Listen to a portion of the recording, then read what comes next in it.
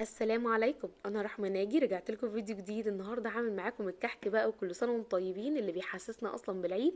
هعمله معاكم بالملبن وساده كمان، وازاي يطلع معاكم دايب دوب وبيتقطم في نفس الوقت، والتسويه بتاعته زي القمر كده اهوت، والنقشه عليه باينه خالص. يلا بينا نشوف المقادير. هحتاج اول حاجه كده كيلو من الدقيق منخول، اهم حاجه تاكدوا اللي هو 1000 جرام. واحتجت كمان نص كيلو من السمنه، نصها بلدي ونصها سمنه عاديه.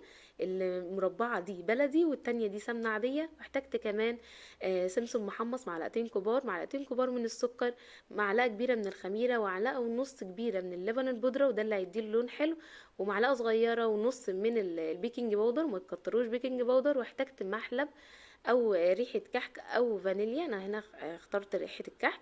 حطيت على الدقيق كده رشة الملح والبيكنج باودر واللبن البودرة، وقلبتهم سبتهم على جنب. جبت طاسة كده على النار، حطيت فيها نص السمنة البلدي ونص السمنة العادية